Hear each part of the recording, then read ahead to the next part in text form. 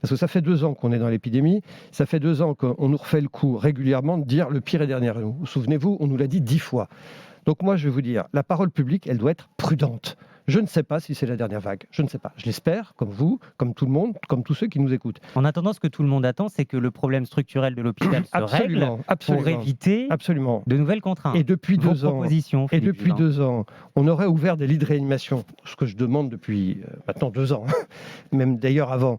On aurait cessé de fermer des lits. Aujourd'hui, il y a 20% des lits d'hospitalisation en France qui sont fermés. La conséquence, c'est quoi ? C'est qu'il y a des gens, à l'heure où je vous parle, qui ne peuvent pas se faire opérer, qui ne peuvent pas se faire hospitaliser, y compris de pathologies qui n'ont pas le Covid, parce que ces lits sont fermés. Il faut retrouver un système de santé robuste.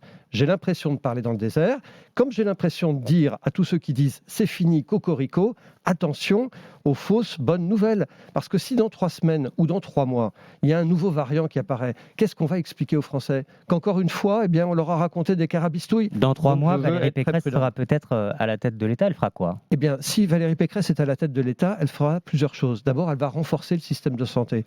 Nous allons faire un choc de formation. Nous allons former des professionnels de santé dont j'aimerais qu'ils aient été formés depuis longtemps. Ça fait des années qu'on dit « Ah, on ne peut pas former plus de médecins parce que vous comprenez, ça prend du temps. C'est vrai que ça prend 10 ans. Enfin, Elle-même le disait. on aurait commencé il y a 10 ans. On aurait commencé il y a 10 ans, on commencerait à avoir des médecins.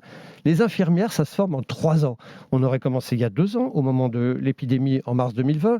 On aurait des gens quasi formés.